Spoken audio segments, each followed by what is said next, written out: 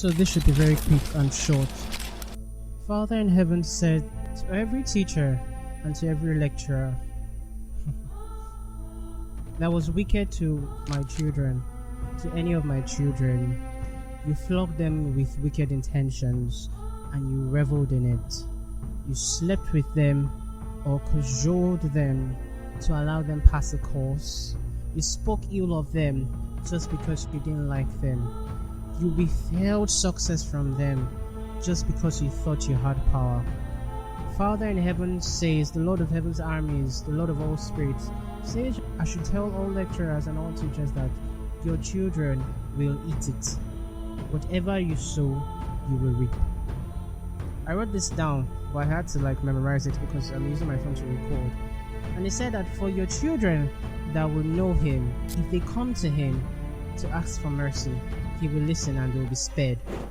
But for the children that don't know him and will not know him, they will eat it. I want to say one thing before I end the video.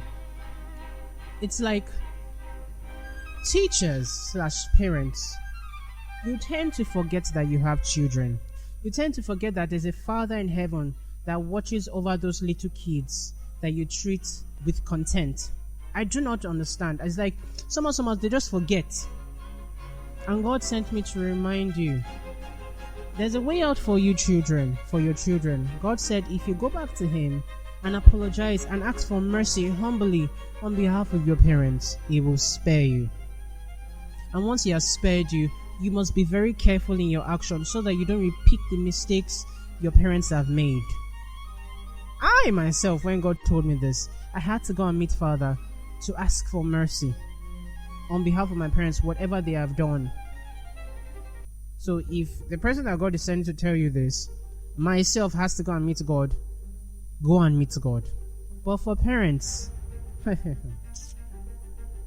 this is now to our generation and future generation. Don't be wicked to children. No. God is watching. It's like you tend to forget God is watching. Please, it's very important. I do not know how some teachers forget that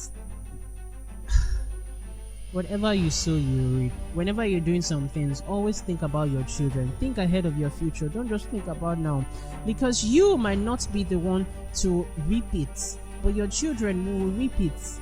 And you will be in old age, but you will never remember that it's because you did this that your children right now are going through this. A lot of us right now might have gone through so many hardships because of the mistakes our parents made to other children, but we are not aware.